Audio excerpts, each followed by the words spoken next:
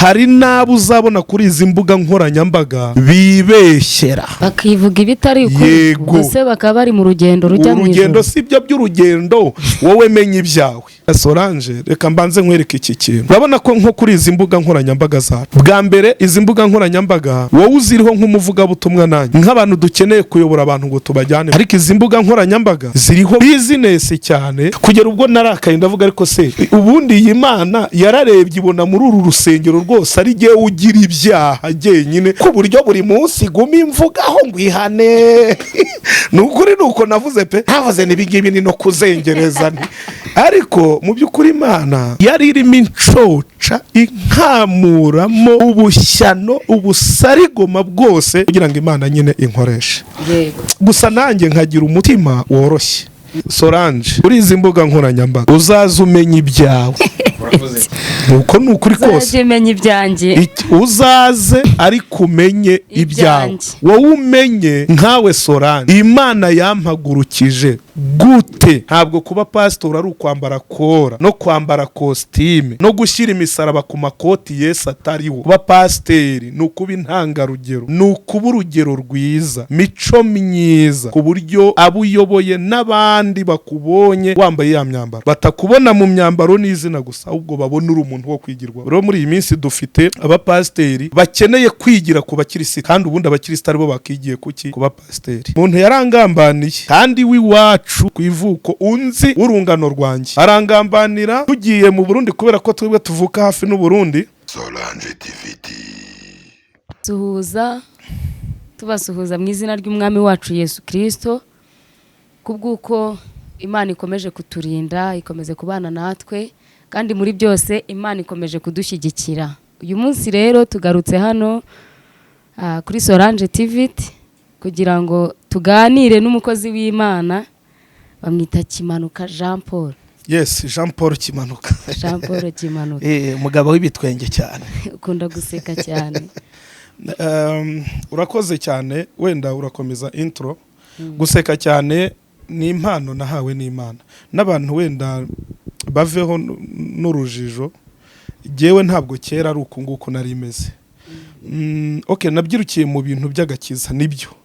Ariko nkagira n'umujinya mwinshi cyane. Mwinshi pe. Nagiraga umujinya mwinshi ku buryo rimwe nigeze mbwira mama ngira ngo hari muri 2007 ndamubwira we na mushiki wanjye ndababwira ngo reka ibintu byo gusenga mbihagarike dutanguranwe hari mu kwa gatatu kuzageza mu kwezi kwa 10 muzabe munyishe cyangwa giwe mbishe kuko bari bambabaje umutima cyane kuko mama yakundaga kurengera mushiki wanjye kuko ari umunyantege nke hanyuma jewe bakandenganya nyine kuko babonaga ndi umunyembaraga mu rwego rwo kugira ngo rero nyine mushiki wanjye akomeza nyinyogorereho twagira ngo turashyamiranye bimwe by'abana bavukana bagahita bamvudukana n'imihini urumva hanyuma rongira umubabaro ndababara ndavuga ngo reka ibintu byo gusenga tubyihorere mu nyice cyangwa jewe mbice rero urumva nari mfite nubwo nabyirukiye mu gakiza ariko nagiraga n'inzika nyinshi cyane nyinshi pe nkumva mu gihe umbabaje naguterura ngahonda ku rukuta nanabyirukanye imbaraga ariko kamemo ngira ngo wenda usibye agakiza ariko n'ubu ngubu ndazifitemo z'umubiri gake ariko iz'umwuka zarazitsikamiye cyane hanyuma icyo gihe mama yabonye ko ndi seriye ajya kundegera pasiteri kandi ko uwo munsi naretse gusenga nirirwa n'umutima w'uburyo nzabigenza kugira ngo mbice kuko icyambere mama yandazaga hanze bugacya nkarara ndi inshuti y'imbwa n'amapusi rimwe nigeze ndara mu ziko mu mashyiga ndara nikubakubiyemo n'igipira buracya mama yari umuntu umeze nk'atagira imbabazi hanyuma rero ndebye ibyo byose mbona ababyeyi banjye barandenganya bakarengera mushiki wanjye rero numva ndababaye ndavuga ngo reka basi ibyo gusenga tubireke twicane muri ibyo bihe rero nibwo papa yanyegereye arambwira ati ariko mwana wanjye ufite ikibazo ndamubaza ngo ikihe arambwira ngo uyu mujinya ugira nanjye niwo nagiraga kera, ariko nawe uvanyweho no gusenga. Arambwira ati rero nawe fata igihe usenge nk'uko nanjye nasenze. Solange mushiki wanjye, uku ni ukuri nkubwira, nakoze amasengesho y'iminsi iyi 2 yo kugira ngo Imana inkuremo umujinya. Mu ijoro ry'umunsi wa 2 nibwo Imana yafashe ahantu hari umujinya ihashyira ibitwenge. None nagize ikibazo mu idini nakuriyemo, igihe kimwe nahagaritswe natenzwe igihe kitazwi nzira guseka. Barimo bapanga baganira bajya impaka z'uburyo bari buze kumpagarika. Nyine pasiteri yari umuntu utagirwa inama, waba wamugira inama agahita abona yuko wenda hari indi ntego yabihari. Wenda mbonereho mbwire n'abandi bapasiteri bameze gutyo, mbabwire ngo iyo si imico y'abapasiteri. Ntabwo kuba pastor ari ukwambara kora no kwambara kostime no gushyira imisaraba ku makoti Yesu atariwo.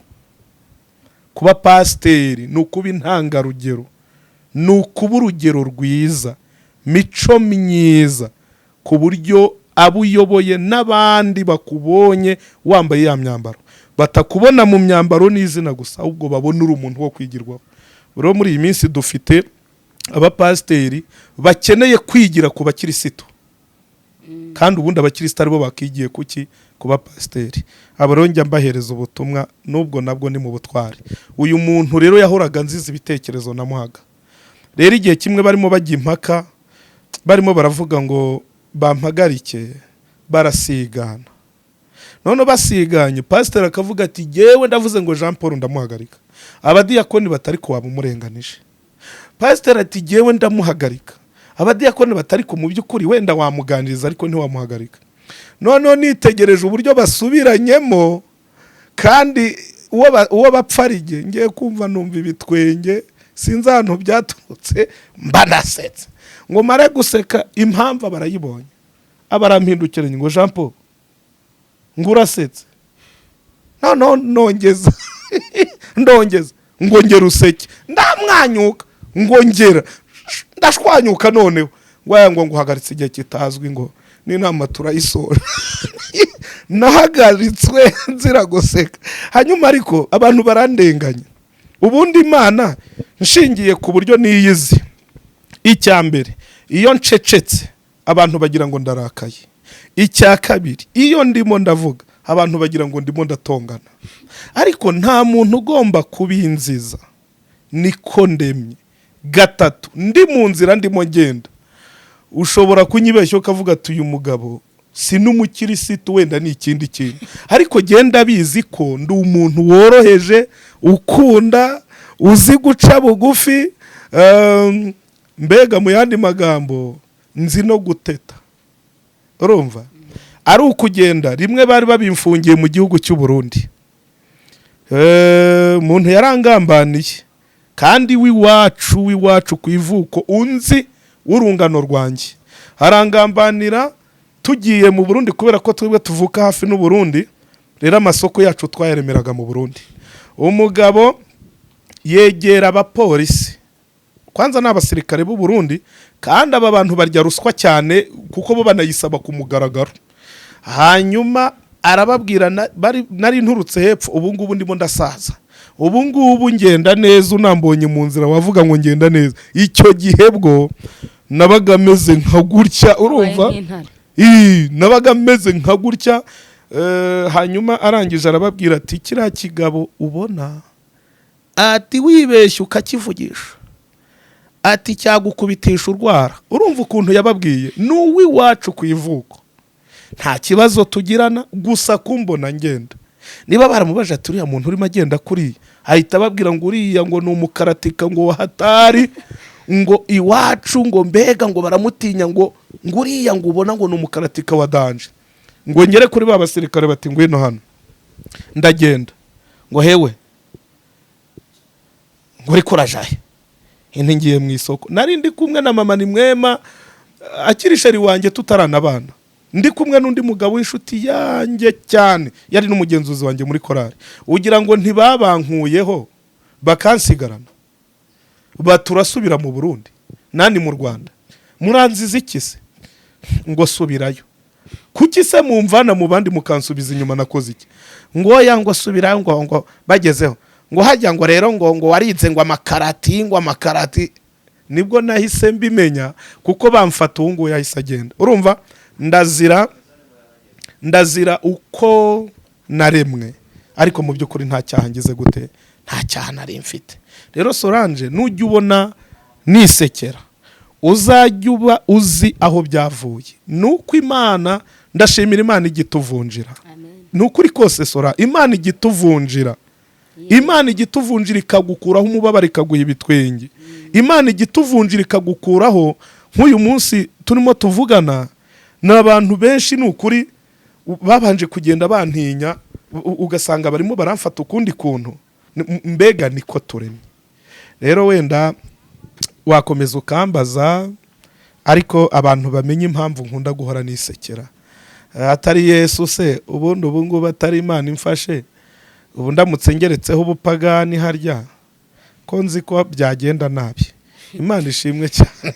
Yego, Imana ihabwe icyubahiro. Hari ibintu numvaga nshaka kukubaza, ariko mbere yuko mbikubaza reka nsenge. Yego, nibyo. Mana Data, turagushimye, turaguhimbaje, tugushimiye kuri Imana nziza kandi uri Imana y'urukundo. Umwanya nk'uyu tugiye muri iki kiganiro hamwe n'umugaragu wawe.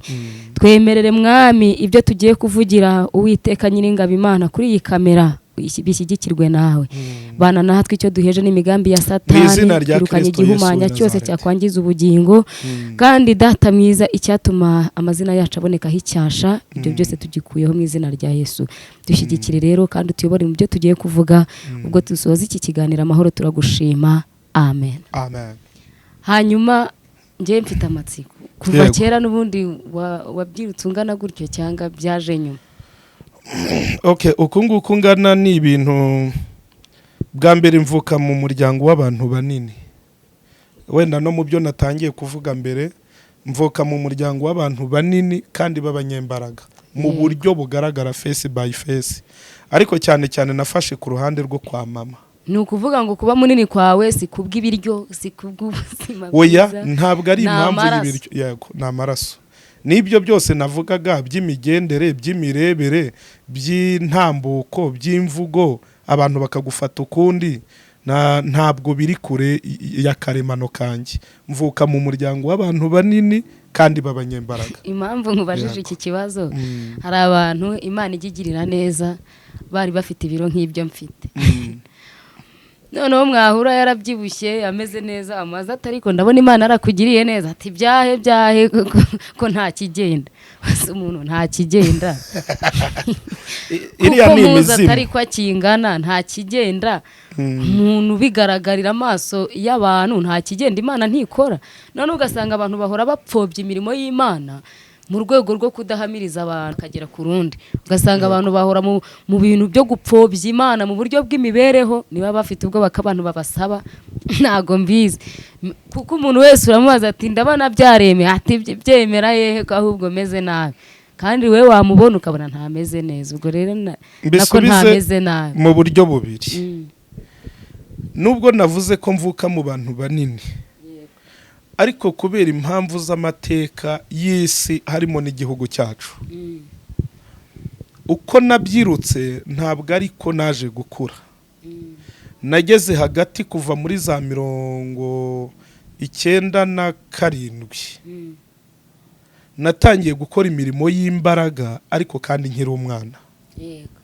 Hanyuma ya mirimo y'imbaraga, kuko ndibuka bwa mbere nikorera ijerekani, nari mfite imyaka 9, twari muri Tanzania. Ijerekani ya mbere nikoreye nageze ruguru ya Kaburende twararagamo, ndatsitara hita icika umunwa. Iyo niyo ya mbere nikoreye. Kuva icyo gihe imirimo cyangwa se y'amateka yo mu nkambi, nikoreye ibintu bindusha imbaraga, urutirigongo rurangirikara, imbaraga zirashira, ndagenda ndananuka nanjye mera nk'abandi, kubera ko twakoraga imirimo y'imbaraga ariko ibyo kurya ari ntabyo.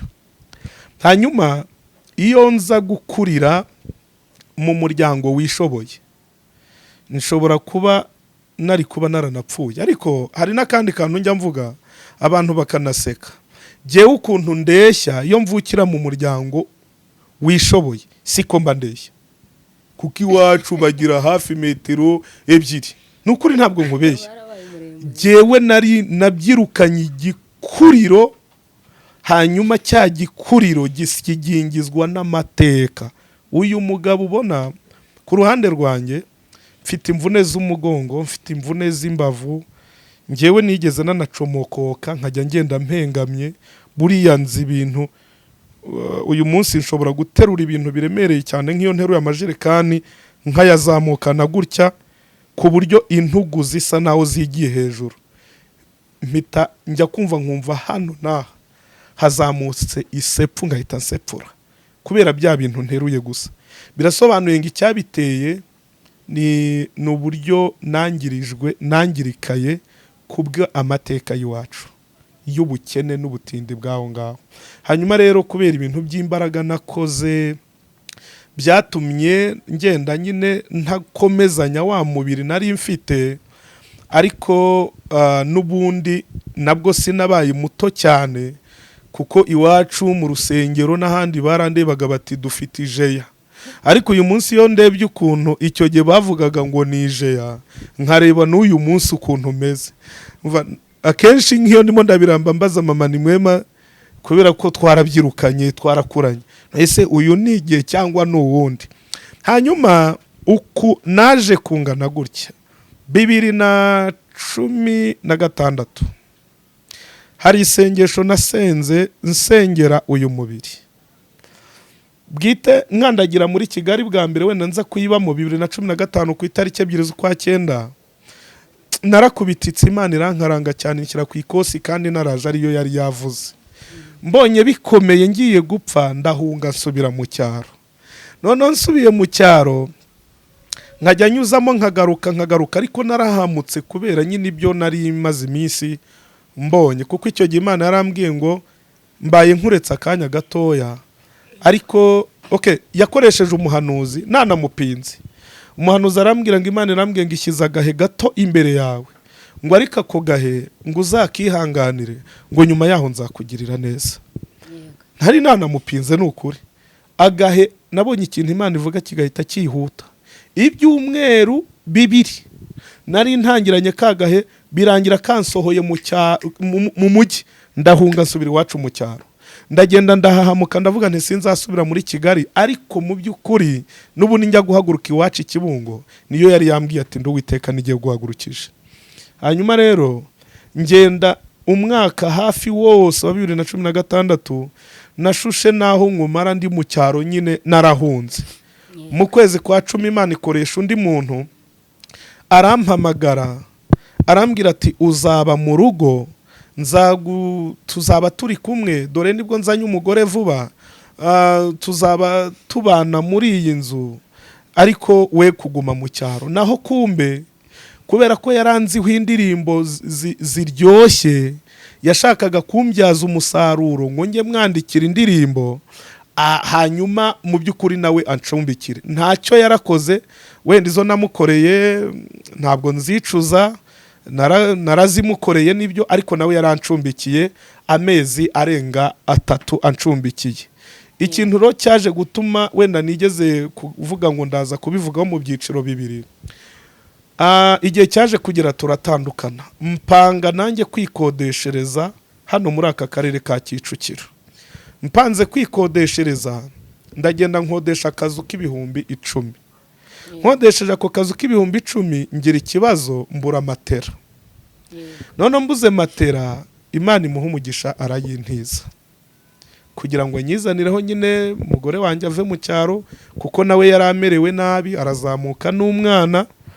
Hanyuma tukajya turara tugundagurana kuri ako kamatera ka simple, jewe nkaryama imbere nyine, nkarara nkoze urubavu hasi, umugore agakurikira, umwana agakurikira kuri ako kamatera uwo mugabo yantije. Ariko igihe kigeze avuga ijambo, kandi ndibwirwa n'umuntu yaribwiye. aravuga ngo ubwo nzanye umuryango muri Kigali ngo ninze nsarire muri Kigali ngo mbanze ntumutwe ngo mbanze numve ngo nkuko ngo nabo ngo bazengereye ngo kurya ngo anafite n'umuryango ngo abana biga ngo naza abanza sare ngo abanze yumve ngo uko ngo natwe ngo byatugendekeye. Hanyuma nahise menya ko hafi yanjye ndi kumwe n'umuntu nitaga inshuti ariko ari umwanzi karundura. Pfukama hasi icyo gihe muri ako kazu kanjye ndasenga mbwira Imana, ndayibwira nti Imana numpisha amaso y'abantu,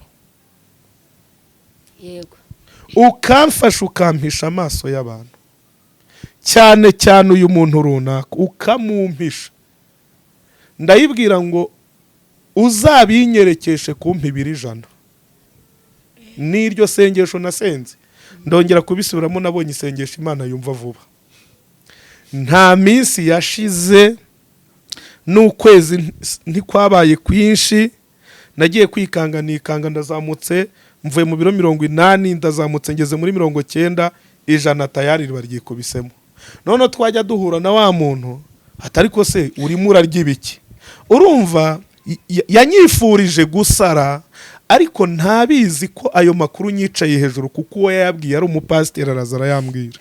Twahura nanjye ngavuga nti no kubera Imana nyine ati Imana irimo irabikora buriya, ariko ku mutima nkaba mvuga nti yako ni kakoma gakeya, Imana irakunkomeye. Niba hari igihe nishimye ni ukubona nsaba kubyibuha ku 100, Imana ikabinkorera kugira ngo impishe amaso y'abantu. Yego Solange rero abantu bajya batureba uko tungana, wenda mugani wawe bakagira ngo no guhisha ibisubizo bakagira ngo no guhisha ibisubizo, ariko hubwo Imana y'ubwayo iduhisha muri iyo mibyibuho kugira ngo amaso y'abisi n'abashungerezi Imana yima amakuru. Niki bikorera? Yego, yego, Imana ishimwe. Kandi nanjye ndi mubihishe gutyo. Yego, Imana ihabwa ndabizi bikeya. Ndi mubihishe gutyo nuko mbonesha amaso, ariko nyine biratangaje, niyo mpamvu nanjye nabikubajije.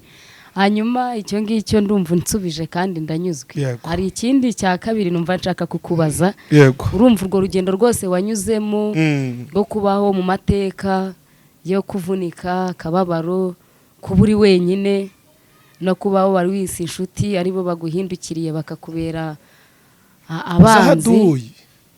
Numva byabaye urugendo runini. Hanyuma kugira ngo winjire mu gikorwa cyo kugira ngo ube umuhanzi. Yego. Ni impano wagiye kumva wumvikujemo, watangiriye muri korari, birangira utangije indirimbo zawe ku giti cyawe, kuko hari ikintu nshaka kukubaza. Naraze nkunda kureba indirimbo zawe rimwe na rimwe, n'abana banjye barazikunda, uburyo ubyinamo, uburyo ucezamo. Njye nabanje kwibaza uyu muntu yakirirwa avuye mu kabari. Uyu muntu wenda hari uburyo duhamagarwa tukagenda tuva ahantu hatandukanye n'imico itandukanye.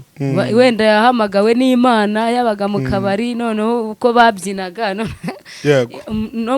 mu buhanzi bwe akomeza kubizanamo. Gusa ibyo simbicira urubanza, kuko imbyino yose yirimo kubimbazaho ni byiza, kuko hari n'abandi benshi babyibazaho.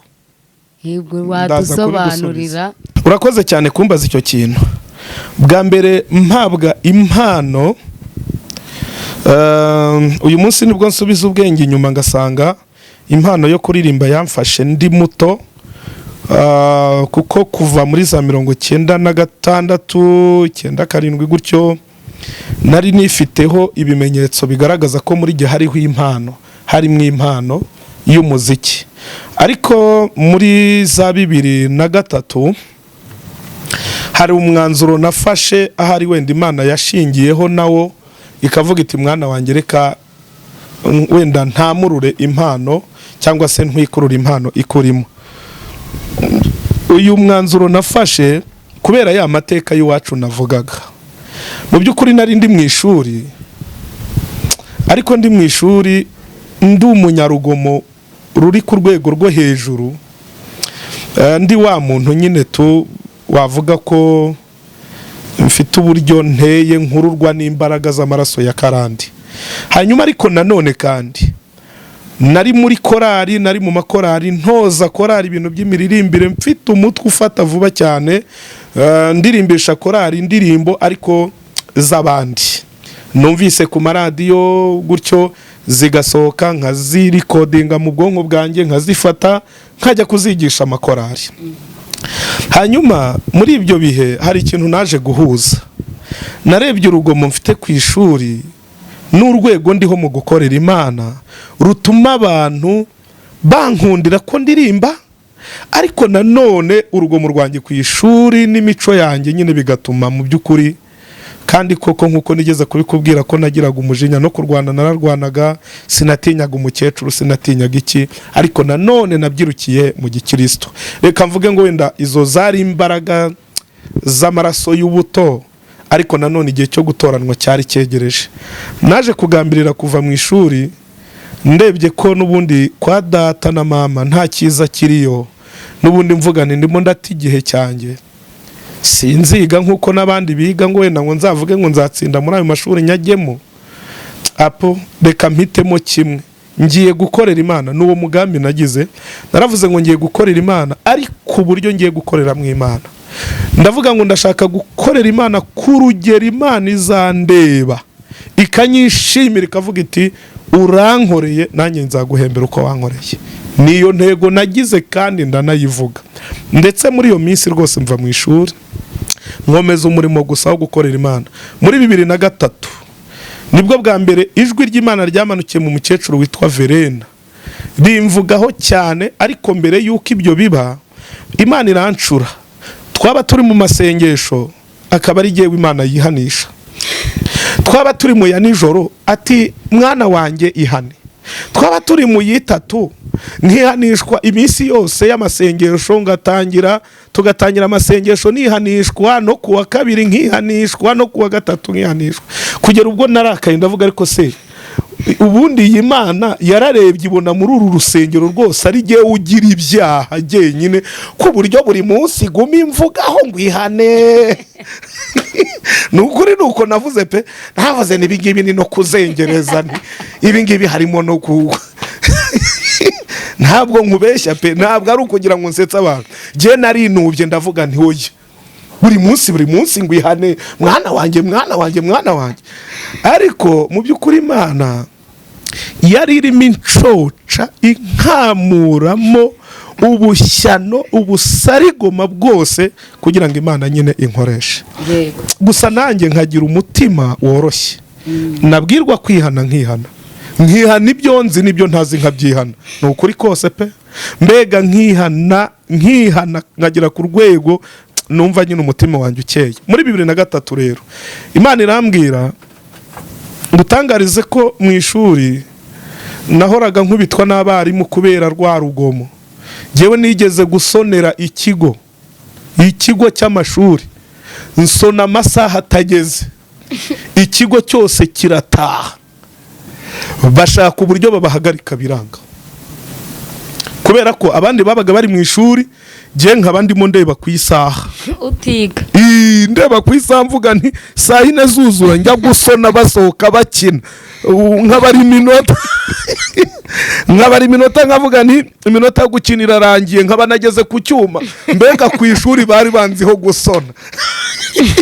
Hanyuma igihe kimwe rero isaha yanjye iribeshya, kandi twataga saa 10:45. Icyo gihe isaha yanjye iribeshya, inyereka ahubwo saa 11 zageze, naho ni saa 9:30 mba ndasohotse mu ishuri ngenda ku muvuduko. Reka narindiraga se ngo bavuge ngo mwarimu ngo reka. Narasohotse, izuba riri kwaka rimena imbwa gahanga, mba mfashe ikinyundo, niba ari ikinyundo niba ari ibuye, nkubita ku rwuma yabita ngo n'amajanti yo mu modoka, kirasakuza ikigo cyose. Abana rero urabazi nabo, no mu wa gatanu no mu wa mbere no mu barasohotse abarimu babata mu ishuri. Yababa ahubwo kuba ntarapfuye n'amahirwe, diregiteri yaranshakishije, cyakoze mwuka byarama, ahubwo kuba tarateruye ngahonde hasi ni amahirwe yanyambuye isaha igihembwe cyose kirashira ntiyanantuma n'umubyeyi ariko ni nko kuvuga ati mbega ikidayimoni ariko nyine ndabasonera barataha.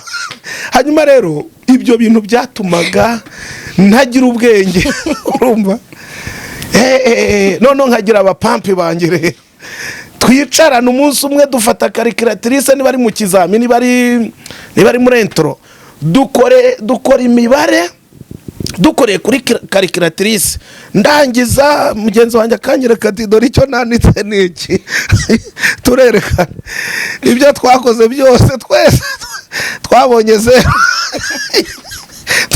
twese twarabyishe kandi twakoresheje calculatrice na kwambi. Urumva mu by'ukuri mu ishuri nari ikintu mbega amaraso yanjye yaho mvuka yantwazaga igitugu cyane. Hanyuma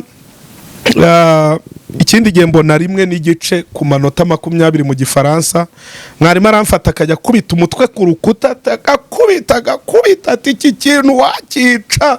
Urabizi kera habagaho inkoni, ariko ndagutangariza amakuru mu gihe nari maze kugambirira ko ngiye gukorera Imana ku rugero izande bikanyishimira, Imana yatangiye kumbwira ngo mwana wanjye nzagukoresha kandi nzaguha ubwenge. Isezerano rya mbere Imana yampaye ni iry'ubwenge. Imana irambwira ikoresheje umukecuru witwa Verena, irambwira ngo nguhaye ubwenge ku rugero umuntu wese azakureba azakumva akavuga ngo uyu muntu afite ubwenge. Ndashaka kukubwira ko iryo jambo ryitwa ubwenge niho indirimbo zaturutse zanjye. Muri iyo minsi natangiye guhanga indirimbo ziraza numva indirimbo ziraje, mu yandi magambo inkomoko yanjye yo kuba umuhanzi naho yaturutse. Ariko ndashaka kukubwira iki kintu, usibye hirya y'ibyo ngibyo, buriya nakwitondeye nkakubaza ikibazo nagipanza atari ukuvuga ngo mpfuye kukubaza gusa, nkakubaza ikibazo nkakubaza byakugora kukinsubiza. Rero hamwe na hamwe nirinda kubaza ibintu kugira ngo wenda ntagora umuntu, ariko ndabizi ko nifite ubwo bwenge. Nigeze mbaza igitifu igihe kimwe, gitifu umurenge w'iwacu mubaza ikibazo mu nama y'umurenge, barimo bahindura mituweli bayivana ku 1000 bayishyira kuri 3.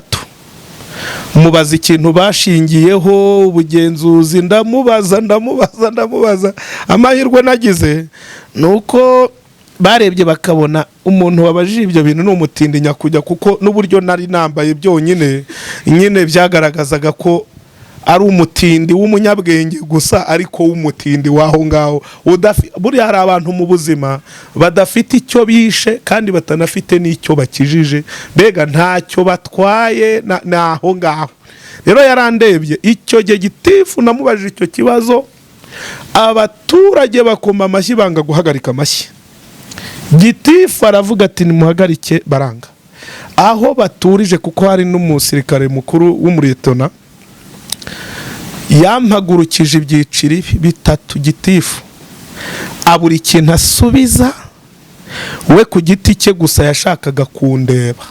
Ampagurutse ibyiciro 3, arangije ngo ijambo aravuze yari umunyamurenge ngo ku musore ngahaye abaza ikibazo ngo muhamu mukomera amashi, ngo ariko je ngo nubwo novuga ibintu bihaye bimeze gute ngo ntimwonkomera amashi kayo, ngo ariko gayerekane yambaze ngo liyetena ngo amfashe ngo umushitsi mukuru ngo agire ikintu ngo amfasha nganunganira mu gusubiza ngo ujya musore. Liyeto nawe yampagurukije ibyiciro 4 andeba gusa bambwira ngo icare, kugeza ubwo abaturage bagize ubwo bati nidusoza inama unyerere uceho wigendere ntiwamenye biri bukurikire. Ntacyo bantwaye, nyine babonye ko mu by'ukuri hari ibintu wenda cyaho ngaho, ariko icyo nashakaga kuvuga nuko ubwenge Imana yarabumpaye, ari ukuririmba wenda mboneraho no gusubiza bya bindi by'imbyino nanasoze. Jewe kubera sinzi niba ari ukubera guturana n'Abatanzania, burya buri gace kagiye kari ahantu hegeranye n'ikindi gihugu runaka ku mipaka. Yego. baba bagiye bafite imico ariko ihura n'ibyo bihugu. Okay, jewe uyu munsi nshobora kuvuga ijambo ukumvamo ikirundi gusa jewe ntabwo nzi kubyihakana, wumvishamo ikirundi mpita nkubwira nicyo mvuze ni ikirundi kugira ngo nanagukubitire nkwitambike hakiri kare, kuko hari igihe abantu bavuga ngo abantu ngo baturuka ikibungo ngo ni abarundi se si abantu. Hanyuma rero nyine njya nkunda kubwira abantu, iyo ugiye ibyumba usanga bavuga y'ibintu byitwa ngo ni ibikiga, iyo ugiye ku nkombo usanga bavuga ibintu byenda kumera nka Kongo, iyo ugiye gutya ku Kanyaru usanga bavuga ibindi bintu byenda kumera nk'ikirundi, ugiye Kagitumbo wasanga bavuga ibintu by'ibinyankuri n'ibigande. Birasobanuye ngo iyo uri Tanzania hariya muri bice by'ikibungo iwacu dufite imico y'abatanzania n'imico y'abarundi, kandi numva ibyo ntacyo bitwaye kuko nabavandimwe. Nizo mbyino bagira. Oya, nka Tanzania bwo, nka Tanzania no na Kenya wenda na Kongo. Harya Roza Muhando n'uwaho. Ni wa Tanzania. Ugiyeyo uri umuntu. Okay, reka nkubwire kano kantu n'imico myiza. Okay, reka manze nkwereke iki kintu. Igiti cyose kiri ku nzira, nujya ugerageza kukireba uzajya hari ibintu uzajya ugisangaho, uzagisangaho ibyondo by'abakihanagurijeho, uzagisangaho abagiye bagitema kandi ntacyo kibagize gute kibatwaye. Unyuzeho afite isuka ahondaho igifunga cy'isuka, unyuzeho ashaka kugira ngo agorore isuka akubita mu mizi akagorora nka gutya akikomereza. Hari undi unyura akavuga atari ku kuboko kwanjye ko numva kurimo kurandya, akaba coca gutya, ariko igiti ntacyo cyagize gute cyamutwaye, kizize ko kiri ku nzira. Hanyuma n'imbuto niba kizifite, umunyamico mibi cyangwa undi muntu wese w'imunyangeso mbi arisoromera atware, ariko nabura n'iki, nabura n'imbuto araza gufata umujugujugu apfe gutwara amashami n'amababi kubera yuko igiti kizize ko kiri ku nzira. Ahubwo reka mbanze turebe, hari igihe twebwe ubwacu Imana iba itaradushyize ku nzira ariko twebwe tukishyira ku nzira. Icyo ngicyo ngira ngo ucyumve. Nonaha wenda Solange reka mbanze nkwereke iki kintu. Urabona ko nko kuri izi mbuga nkoranyambaga zacu, bwa mbere izi mbuga nkoranyambaga wowe uziriho nk'umuvugabutumwa nanjye nk'abantu dukeneye kuyobora abantu ngo tubajyane mu ijuru, ariko izi mbuga nkoranyambaga ziriho business cyane, nayo mpamvu byitwa na karubanda. Wenda reka dukoresha iryo jambo, ariko none ndagira ngo nkwereke iki kintu. Hari igihe Imana iduhamagara hari aho idushaka twebwe tukijyana ahandi hantu. Tuvuge nk'ubu ngubu ngiye kuguha urugero. Sora, wari uzi ko hari abantu hano kuri izi mbuga nkoranyambaga zacu turiho bahora bakreya ibintu byo kugira ngo abantu itangazamakuru ribavugeho? Icyo kintu ushobora kuba utakizi kubera kuri mushya, mugani wa muhungu ati ndi hano mushya, ndi mushyashya muri Amerika. Ndashaka kukubwira ko nzi ndanabazi bamwe bahora bakreya impamvu iyo ariyo yose iri buze gutuma babavugaho. Ntabwo byaba igitangaza n'uyu mwana w'umukobwa Vestine ubona ubwe ku giti cye yiyandikiye nka biriya bintu byo kuvuga ati jyewe urwo rwanjye rwarasenyutse kugira ngo abantu bamwanjame bamuvugeho. Ndagira ngo nkwereke umusaruro urimo hano.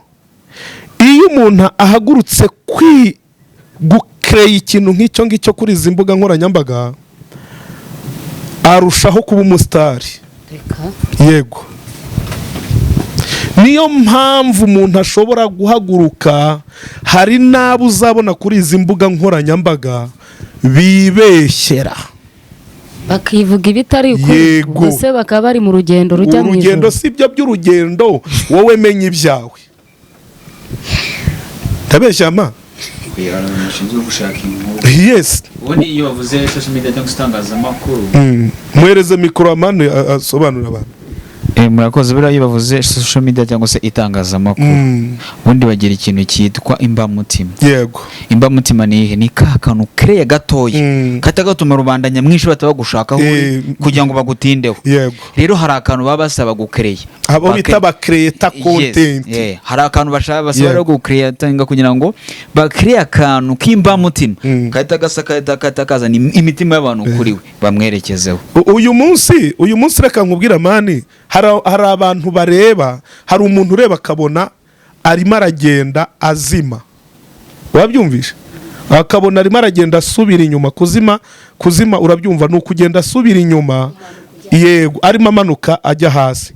Uyu muntu aragenda, hari n'abantu bashinzwe kubihanga, ntabwo nshatse kubavuga, kumanuka hasi mu kumenyekana, kuko urabizi umuntu agira igihe cy'ubwamamare akagira n'igihe ava kuri 6. Rero abandi bo bazi guhora bakora ibyitwa update, ari byo bishakiramo. Yes, ya reka mbifashe wenda sinzi mba twavuga abantu bahanzi bacu bazwi muri gospel. Yego. Cyangwa twakoresha abanze kadukoresha abanze kugira ngo tugire badukomeretse twavuze. Urabona nka Michael Jackson ni umuntu uzwiho kubyina cyane, wazanye ibyino ku isi. Yego. Ubyinnye wese bamwita Michael Jackson. Ugerageje kubyina wese bamwita Michael Jackson. Chris Brown dufite uyu munsi wa none ni umuhanzi wayicara akandika indirimbo kumva igukoze ku mutima. Yego. Ni umuhanga. Yego. Rero uvuga ngo abo bantu bombi babagereranye, umwe aravuga ngo ni umustar mbye, ariko bakaba bazi umwihariko wiwe. Nabo bantu ro barahari. Wow. Subiza mikro Solange kuri izi mbuga nkoranyambaga uzaza umenya ibyawe. Uravuze kineza cyane. Nuko nukuri kose umenya ibyanjye, uzaze ariko umenye ibyawe. Wowe umenye nkawe Solange Imana yampagurukije gute. Yego. Mu gihe cyashize hari uwo nzi bakreatingiye inkuru, baramubwira ngo genda uvuge. Ni igihe Theogene Nzahuke yari amaze iminsi apfuye, umuntu baramwihererana bamukreatingira content yo kuvuga yuko ari we muhanuzi Imana yeretse ko agomba kuzarongora Madamu Asiya, akamubera umugabo, akaba papa wo gusimbura Nzahuke Theogene. Uwakreye iyo nkuru w'umunyamakuru ndamuzi. Icyo gihe uwo nguwo wahagurutse kubivuga mu izina ry'Uwiteka ngo ko ari yerekwa yagize, yabaye icyamamare, ariko uko yagiye arangira kubera ubupagani, uyu munsi tuvugana nta rusengero rwamutumira, mbega ni icyohe, yabaye icyomanzi, yarihimbiye. Ntago barabihimba. Wabyumvise muvandi? Kandi mujya nzi neza ko nigeze azana iwanyu ku rusengero. Hari na mpamvu ngira ngo mbwira abantu nuko bwije, nakagombye kuburira amadini, abantu bareke kugenda buhumyi. Ariko ni mu gihe hari igihe uguhamagaye nawe aba ari uko ameze. Wabyumvishe? Yabona iki kineranye vuga gato. Ngo amadini baravuze akantu k'amadini. Buri hari ikintu mutazi. Iki ni ati ni iki? Urabona Dawidi yararemwe mu mashyamba ya Yerusalemu. Yego. Sawuli ari umwami. Nyamara kandi Dawidi arafite Imana. Yego. Ariko iteka iyo Dawidi yabaga ari kumwe na Sawuli, Sawuli abaga amugera amacumu. Bivuga ngo mu nsengero bajya gushaka abandi, mu nsengero bari kandi Imana ikunda yatoranyije, yanasize. Yego. Gusa kubera ko bashaka ko badashaka ko bakura, kandi hari generation igomba kuba, nivuga ngo ni ikici Imana iri gutegura kizasimbura ingoma iriho, barabahonyora. Barabakandagira. Bakabati iki ngiki noneho abahanuzi babandi bizane ngo iyo ntambara nk'ubwenge ndayizi. Nge nabaye perezida w'urubyiruko ku itorero, mba protocole wa pasiteri. Yego. Nuvuga ngo mu rugo havuka n'icyumba. Yego. Icyabaye niki? Umuvuga butumwa umuhanuzi wese wazaga ku rusengero. Yego. Yazaga ankandagira. Kandi